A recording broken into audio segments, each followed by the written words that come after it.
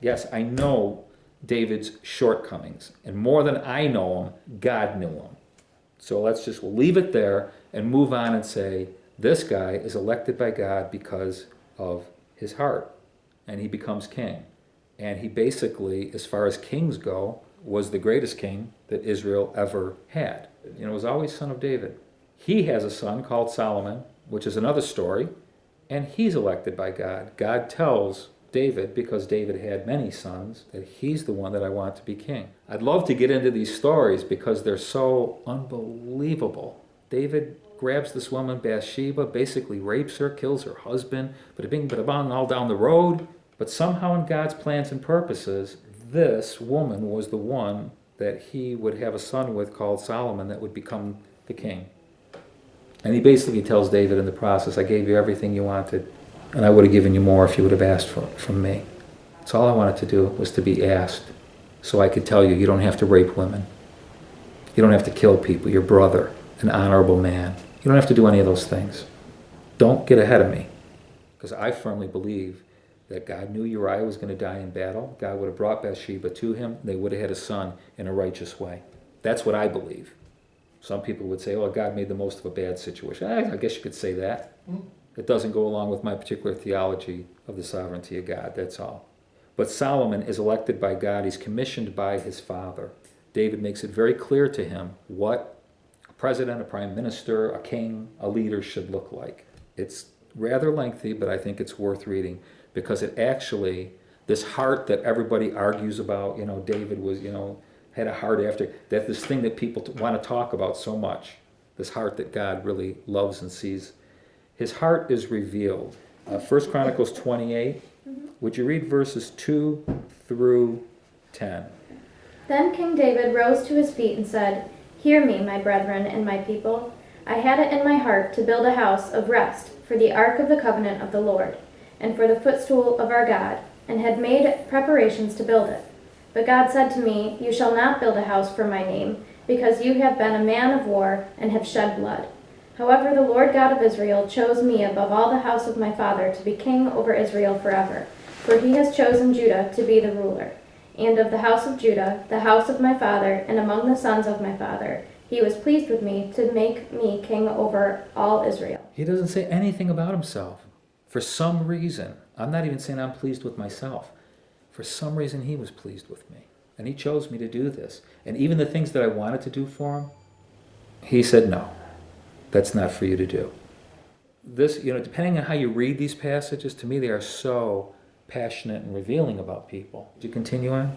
And of all my sons, for the Lord has given me many sons, he has chosen my son Solomon to sit on the throne of the kingdom of the Lord over Israel. Now he said to me, It is your son Solomon who shall build my house and my courts, for I have chosen him to be my son, and I will be his father.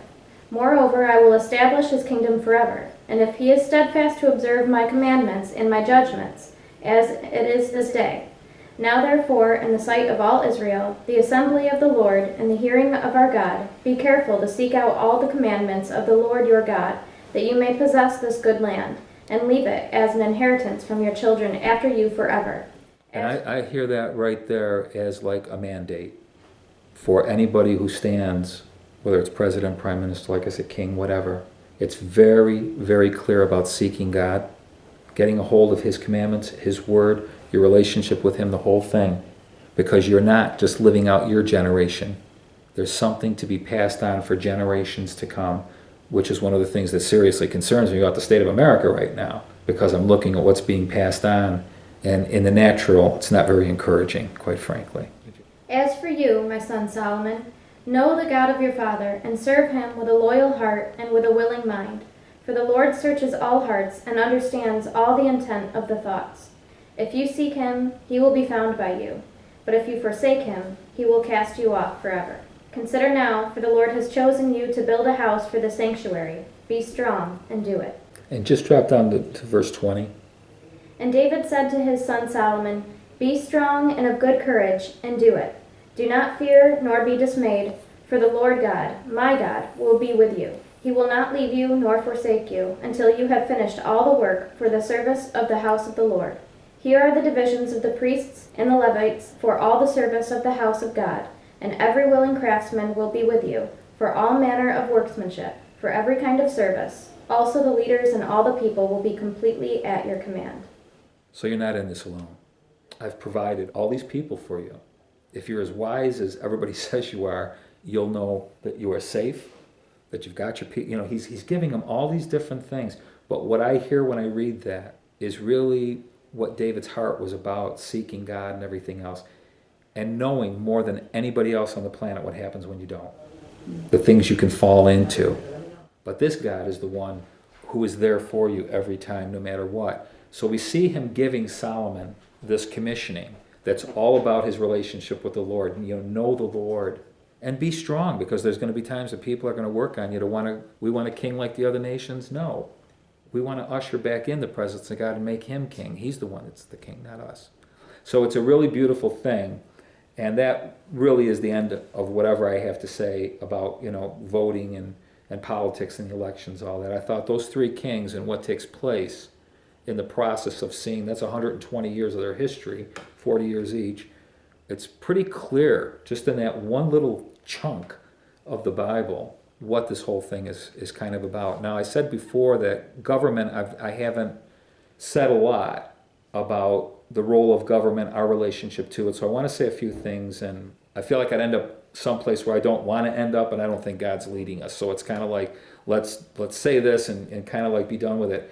We're looking at government, civil government, because that's what we've been talking about. Although what I'm going to share about government is in all spheres. In other words, the family. The parents govern. That's what they do. They're parents. You're a governor, whether you look at it like that or not. So any sphere where there's any kind of governing authority, at work, you got a job that you've got bosses to answer to. They are the authorities. They may give you authority, but it's still under their authority. The people under you, they look to you. You may give them authority. So any place where there is a sphere of government, what I'm talking about, what is the role of that government? And I've already used the word authority several times here. They have authority to govern. But with authority, remember, comes accountability. God gives us children, and we are now the governing authority. And we are accountable to God for those children. You read in the scriptures how it encourages the church. Be nice to your pastors. Obey them. Do whatever. Because they've accepted a certain responsibility and accountability before God. He's given them authority, and they're going to have to give an accountability to God for whatever it might be. I personally don't take that lightly. I'm not afraid, because I know all I got to do is what he tells me. It's kind of simple, really. If he doesn't give me anything to do, don't do it. Shut up. It's a bit like that. I figured I can't go too far off the track that way. But it's very easy to see, but sometimes we can get confused about this authority accountability, where it comes from, and to who are leaders accountable, fathers and mothers, whatever sphere of authority. In this case, we're talking about civil government. So those two words, authority and accountability, where does it come from? We've reviewed this already. It's from God. Romans 13 said all authority comes from God, which means that anybody who accepts that authority and wants to operate in it has to accept with it that there's an accountability with it as well. We see that demonstrated. Remember the Pharisees, the last week, when Jesus, after Palm Sunday, by whose authority, we talked about that before, it came down to an authority issue. They had nothing else they could go on with Jesus. He had been doing miracles, phenomenal teachings. People loved him. What can we do? We can question his authority structure. Where is he getting his authority from? Remember that. And he says, I'll answer that question if you answer mine. Was John the Baptist, was that of heaven or wasn't it? He walks them through it. We talked about that with politics. So the Pharisees are very much in recognizing, whose authority kind of thing. Pilate, when Jesus is standing for Pilate, we talked about that too. That Jesus makes it very clear, actually you have no authority other than what the authority that has been given you from above. That's the point where as you read through the text, you'll start to see Pilate freaking out because he sees the authority structure has just gone. You are not in control. God is. Which immediately means to Pilate, that if that's true, then whatever happens from this point on, I'm accountable to God for what happens to this man. And that's when he starts getting a little bit nervous. Anyway, authority and accountability, rights and responsibilities. It's a bit tricky because on a local level and a national level, the dynamics are quite different. In other words, the nation of Israel was a very small nation, as we know. It still is. It's a small group of people. It's not like the United States that's spread out all over the place with states. So it's kind of tricky, but the premises remain the same. When we look at the rights and responsibilities, leaders in governmental positions are called servants. Again, that's kind of got tipped around. I think we feel like the servants of the politicians instead of the idea that they're supposed to be serving us, but they're not really serving us, they're serving God. And God's system, like David said, you're serving God.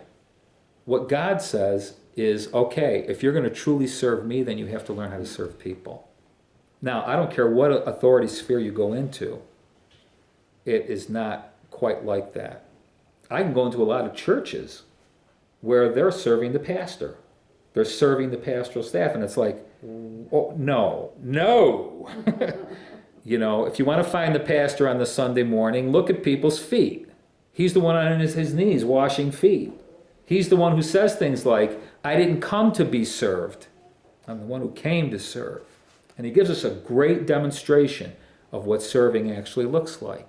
And he doesn't throw anything. He just says, this is the nature of it. The Gentiles love to lord over people. That's their idea of leadership, is to make sure people know, listen, you're under me. I'm the boss. You're not.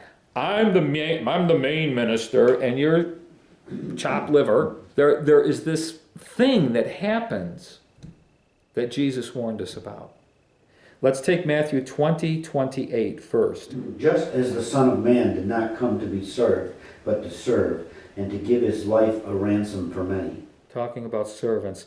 Matthew 23:11. The greatest among you will be your servant. And he had preceded that by talking about humility. And then Matthew 6:24.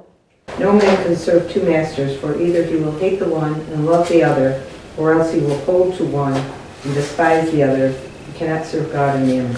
Very clear. Couldn't be clearer about making choices. It's your call. Warning you up front. You can't serve this and serve God at the same time. Whatever the this is, in this case, he's talking about mammon, the system of the world, financial system, and rewards or whatever, variety of different things with mammon. But he's basically saying you can't, the kind of thing that we said, Paul said in Galatians 1:10, I can't please you and please God at the same time. But I know that if I please God, you're going to be pleased. Because I know what God's plan and purpose is for you, and he wants you to be pleased. Maybe not in the way you think you want to be pleased,